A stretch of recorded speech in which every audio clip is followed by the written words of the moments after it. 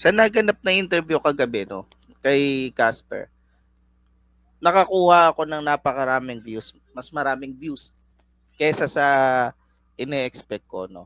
Nagpapasalamat ako doon. Siyempre, humihingi ako sa inyo ng paumanhin, no, kasi kung hindi up to standards yung nakita nyong nangyari.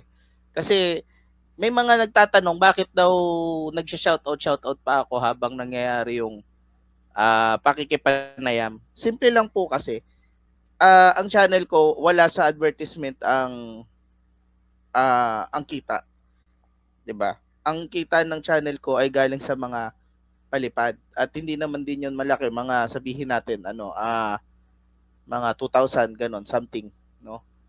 At syempre yung mga yan matagal ko na yung nakakasama dito sa channel ko kaya kailangan ko silang bigyan ng importansya, 'di ba?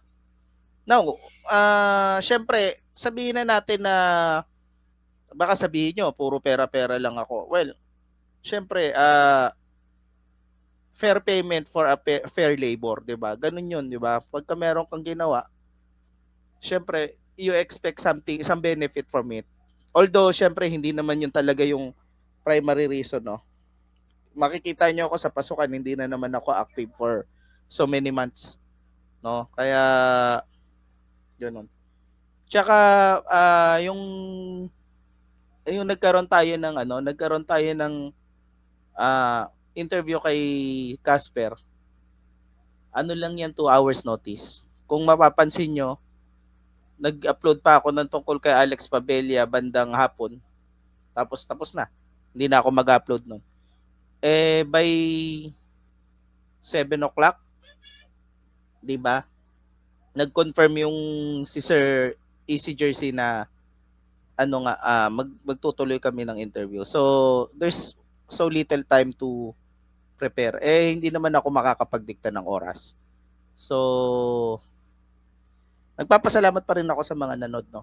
Anyway, ano yung mga na-realize natin dito sa ano yung mga na-realize ko habang nagkakaroon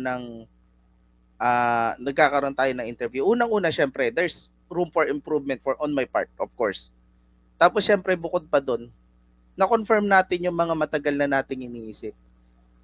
Okay, although naiinis yung iba sa inyo, kasi may mga nagtatanong ng tungkol sa kung kapatid ba niya si Jam o whatever.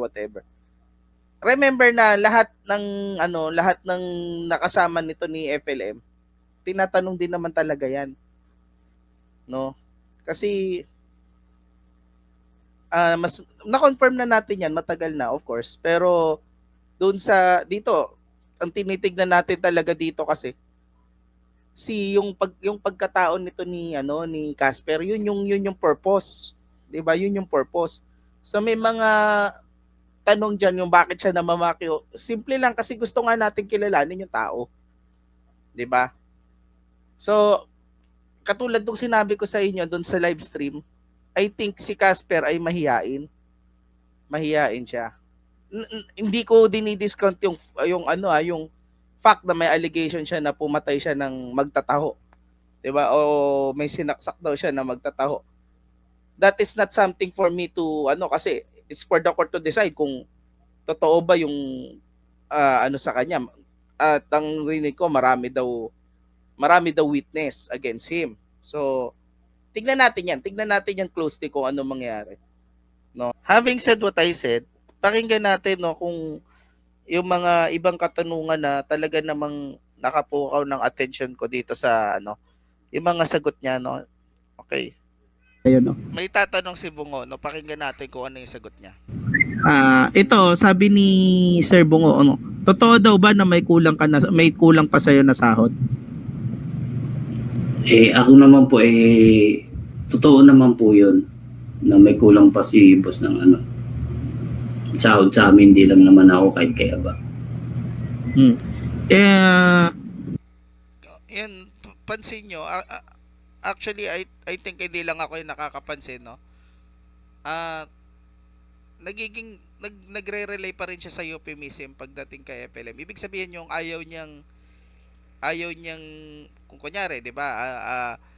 ayaw niya sabihin direkta yung mga tinatanong sa kanya. Parang gusto niya pang ipagtakpan si Boss FLM.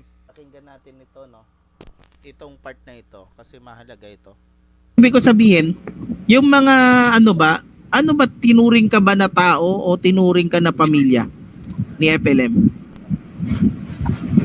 Kasi halos sabay kayong kumain, di ba? Kaya nga, Pero ano ka, yung mga kaibigan ba niya, kaibigan mo na din? Basically, ang gusto ko lang dito makita kung tinuring ba siya na parang kapatid kasi 'di ba? Ang tagal na nila nagsama tapos lagi silang magkasama, 'di ba? So, normally sa atin 'di ba pagka meron tayong mga katulong, tinuturing na natin na ano 'yon na pamilya din, no? 'Yun yung gusto kong marinig sa kanya. So, tignan natin kung ano sagot niya, no. Nakakasalamuha mo? O depende, binigyan ka ng depende wall po. na Depende. Pag yung may kausap siyang kaibigan niya, siya lang yung lumalabas. Pero pag nandun lang dun sa hotel na yon, minsan kami, sabay-sabay kami kumakain. hindi, pero yun, nagiging nagkakaroon ka, kumbaga nafe-feel mo ba na bilong ka doon o ang pakiramdam mo talaga tauhan ka? Tingin ko, parang gamit na gamit lang eh. Hindi ka man lang ginawang hindi ka man lang ginawang friends ng mga nandun? I mean, hindi ka tinuring na pamilya ni FLM? Ayun yung malinaw, no. Hindi talaga siya tinuring na pamilya. Malayong malayo sa sinabi ni FLM nung Pasko na ang pamilya niya daw si Casper lang. Sabi ni Casper, ang ano niya doon, tao lang siya talaga, no. Tapos gamit na gamit pa. Yung pamilya niya, Hindi, ikaw mismo, tinuring ka ba niya na pamilya, gano'n? Hindi. tingin ko po parang trabador lang. Kasi Trabador lang. tinuring niya ako, dapat maayos na yung buhay ko sa kanya. Yan ba yung masasabi nyo na na mabuting tao si FLM? Yung pinagtatanggol ni Baarde lagi. 'Di ba? Wala naman nang may paki dito kay FLM na positively, 'di ba? Si Baarde na lang at saka si Alex Pabella. Kahit na medyo nangingilag si Casper na magsalita about kay Norman Mangusin, meron pa rin naman tayong mga nakuha na impormasyon, 'di ba? Katulad ng paano nagkakaroon ng pera si FLM. Okay. Pinaliwanag ito ni Casper sa sa interview. Pakinggan natin. Sabi ni Sir Igkigi, paano sa tingin mo nagkakaroon ng pera si FLM? Yun. Ay tulad ng kanina sinabi ko po, ingat kay Manang, si ate niya, yung sinasabi niyang ate, yun, doon siya Yung may Manong, pera. Nung napunta ka dun sa Isabela, masasabi mo ba na talagang prinsesa ng Cordillera si Nanang Remy? Siyempre, dapat mas maganda dyan yung itsura ng lugar nila. Oo nga po. Sa totoo lang po, nakakausap ko naman po yung mga kapatid niya. Mga kapatid ni FLM, mababait naman po talaga. Tapos nasa ibang bansa po yung dalawang kapatid yata.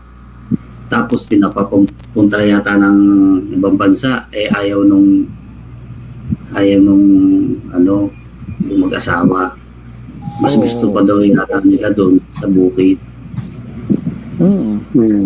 Pero sa Ito, totoo lang po, ang lagay naman po nila ay maaari naman.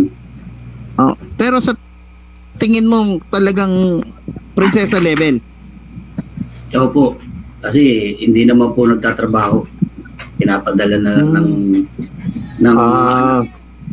So confirm na medyo nakakaluwag-luwag pero hindi dahil kay Norman.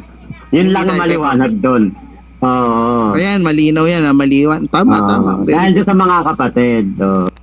Malinaw na malinaw, 'di ba? Na galing daw kay Manang yung pera ni FLM. Sino ba yung Manang na yan? Sa Ilocano kasi ang Manang ay ibig sabihin ate. Pero hindi natin alam kung talagang kapatid niya ba yung tinutukoy na Manang na yon, no? Ayon kay Casper, kapatid daw eh. Kapatid daw ni Manang. Ay, kapatid daw ni FLM. Tapos yung tanong na kung buhay prinsesa ba talaga si... Ang tanong ko doon, kung literal ba na prinsesa si Manang Remy. No, ang sagot ni Casper, parang namumuhay prinsesa kasi hindi na daw nagtatrabaho talaga. Hindi niya siguro nag-gets pero okay lang naman 'yun, no. Kasi napakita natin na hindi naman talaga, wala naman talagang ambag si FLM dito sa mga nanay at tatay niya, 'di ba? Katulad nung sinabi ni Jam, at this point mas naniniwala na ako kay Jam eh, 'di ba? O ngayon tignan natin ano ba yung nararamdaman ni Casper dito kay FLM. Okay, ito na no. Pakinggan natin. FLM. Yun yung huling-huling ano ko po sa kanya, text ko sa kanya. Sinisingil ko siya kasi O anong sabi niya sa'yo? unang panggatas yung anak ko noon eh. Oo. Sinisingil mo. Uy, sorry, Sir no. Wala daw siyang pera. Pero meron siyang pang casino. My goodness. Nakita niya naman 'di ba yung epekto kay Casper diyan. Hindi well, maraming nagsasabi sa akin na nagpapaawa lang daw si Casper diyan. Pero sa paningin ko kasi, kung nagpapaawa siya diyan at sinungaling siya diyan sa part na 'yan, nasa kanya 'yon. No, nasa kanya 'yon. Ngayon, total malamang baka hindi na rin naman tayo makakonekta kay Casper in the future, 'di ba? Kasi balita ko, kakikita ko lang, binlock na rin ako ni AC Jersey, no? Which is, hindi ko alam kung binlock ako o baka nag-ano siya, nag private siya ng account. Ay, sorry, nag-deactivate siya ng account. Kung tama man yung ginawa natin dito na i-post yung GCash, si Casper na yung nakakaalam nun, 'di ba? Si Casper na yung nakakaalam. Hindi naman panghabang buhay na magpapadala sa kanya yung mga tao, 'di ba? Magbabanat din ng buto yan talaga. Basta tayo in good faith, kayo yung mga nagpadala, tumulong kayo. Tapos yung tanong na bakit daw hindi siya lumapit kay Alex Pabella nung nangyayari yan? Simple lang. Sabi niya, lumalayo na daw kasi siya sa gulo. Okay. So, kung lumalayo na siya sa gulo, that's good for him. No, it makes sense. Pero on the other hand, may punto yung sinasabi ng iba na kaya lang daw nagbabago yan at nagsisisi yan kasi nga meron ng patong-patong na kaso. Although hindi naman sinabi sa akin kung ano yung kaso. Gusto ko sanang basahin para mabigyan ko sila ng kung anong pwedeng gawin ni Casper, no? Pwede naman siguro lumapit siya sa PAW, 'di ba?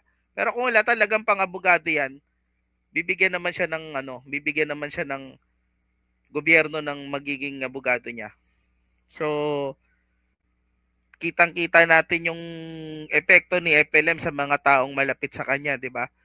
Itong mga taong to, malapit ito kay FLM. Naging kasama ito ni FLM. Samantalang yung iba diyan na hindi naman kalapit ni FLM at hindi naman kilala si FLM, todo tanggol sa kanya. So good luck sa inyo, no? Maraming salamat po sa inyong lahat. Bye-bye.